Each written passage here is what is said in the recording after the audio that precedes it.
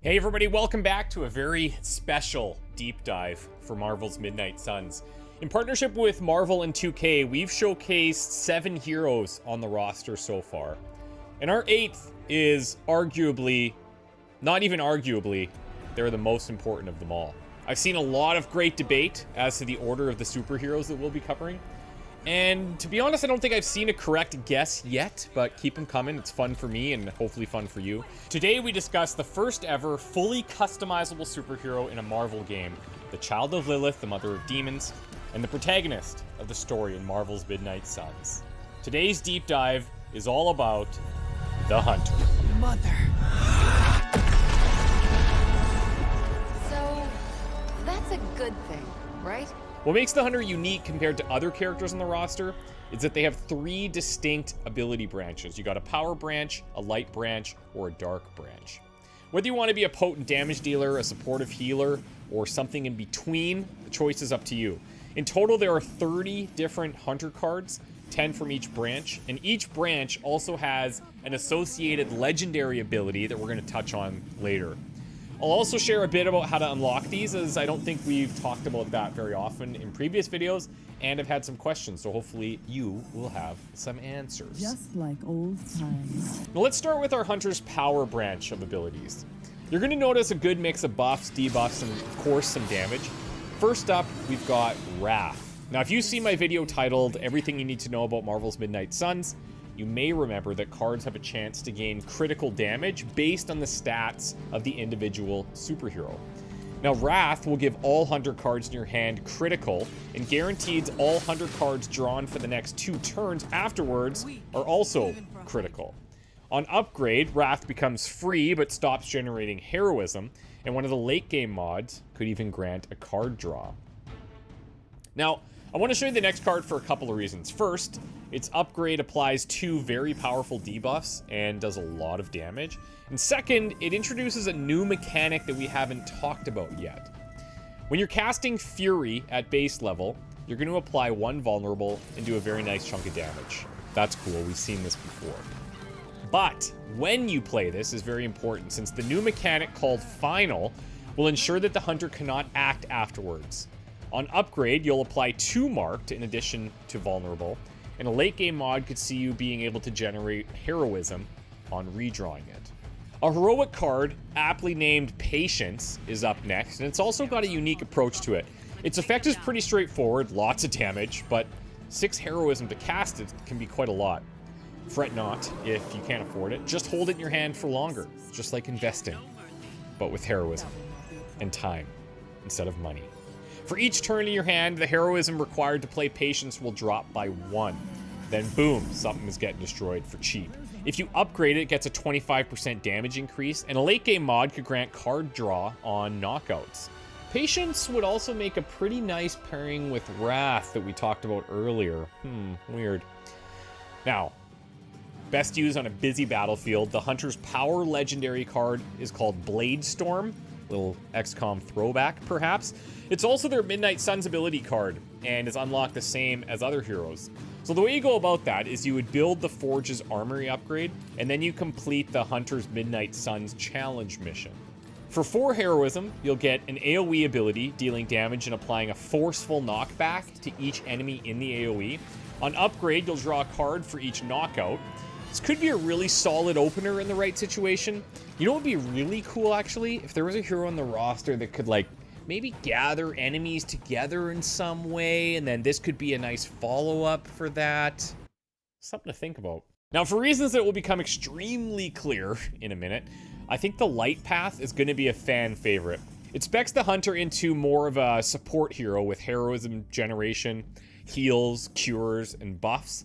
That said, a Light Hunter is still a very capable damage dealer. For this branch, I want to start with its legendary ability. And these are unlocked by progressing the Hunter's balance in either direction. The way that you do that is through story decisions and mainly dialogue, but also by playing more cards of the light and dark branches. The light legendary ability is called Summon Charlie. And I bet you can guess what that does, sort of. Upon casting it, you're going to summon Charlie, our beloved pet dog, for 2 turns and immediately draw 2 Charlie cards. Upgrading will bring Charlie around for an additional turn, but keep in mind this card does have exhaust. Now, as just a little tease here, one of Charlie's cards is called Howl. Charlie's going to target a large AoE and apply marked on all enemies in the circle. We'll show another one too. It's called Bite, that damages and causes knockback. At the end of the day, Charlie's the best. She must be protected at all costs. Do not screw that up. Do not let Charlie go down, because if you do, you don't want to know. Now, what about some of those heals that we mentioned before? Holy Burst is one heck of a heal, but that's not all it does. Perhaps taking a page out of Scarlet Witch's book, Holy Burst will see the hunter targeting an area and everyone in it. Everyone, not just enemies. And everyone's going to be affected in some way. If they are an enemy, they're going to take a solid chunk of damage. Are they an ally, though? We're going to heal them up. The upgrade is fantastic, too. It increases the healing by 50% and increases the area of effect to make targeting a little bit easier. Lastly, a card that could probably use its own video for the combo potential it unlocks. Arguably one of the strongest cards in the entire game if set up correctly. May I present to you Holy Gift. And what a gift it is. At base level, Holy Gift ensures the next hunter card played is not discarded. That includes cards with exhaust. So for example, if you played Summon Charlie after Holy Gift, you'd retain the Summon Charlie card to play it again after Charlie expires. On upgrade, this is where it gets insane. After upgrading Holy Gift, the next hero card played is not discarded. That's right, hero card, not hunter card. So think about all the cards that we've talked about in these showcases so far. I could throw a bunch of examples at you, but I would be very curious to hear some theory crafting from you guys in the comments about which cards would combo with this one so far that we've covered. Regardless, in my opinion, this is a must-have card in any hunter deck. Light, dark, or somewhere in between. Now, we're going to move over to my personal favorite hunter branch. Welcome to the dark side of the hunter. The dark branch makes the hunter a powerful damage dealer, but at the cost of some negative effects. It can also allow for enemy control and manipulation.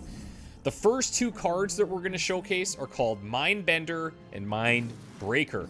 Both cards turn enemies on each other, but how they go about it is quite a bit different. Mindbender is a skill card and is the more predictable of the 2. Upon being targeted, the enemy will attack their nearest ally and the card will be exhausted. If you upgrade it, they'll attack their nearest ally twice. Great stuff, easy to understand. Mindbreaker, on the other hand, is a heroic card that applies Berserk. This is also a new mechanic. Berserk makes the target attack nearby units as their next action. At base level, Mindbreaker applies 2 instances of Berserk, and the upgraded version would apply 3, but the heroism cost will go up slightly. So, you can use this to have the enemy attack other Hydra units, or it can act as a pseudo taunt, depending on the positioning on the battlefield, because they're attacking nearby units. Anything, not just allies. Regardless, the card is crazy powerful, and it doesn't have exhaust. Lastly, we have the Dark Branch legendary heroic ability called Annihilation and Annihilate It Will. This card scales with the amount of heroism you have, but once played, is exhausted, consumes all heroism, and damages each enemy in an area. So more heroism equals more damage. More heroism? Yeah, you got it. More damage.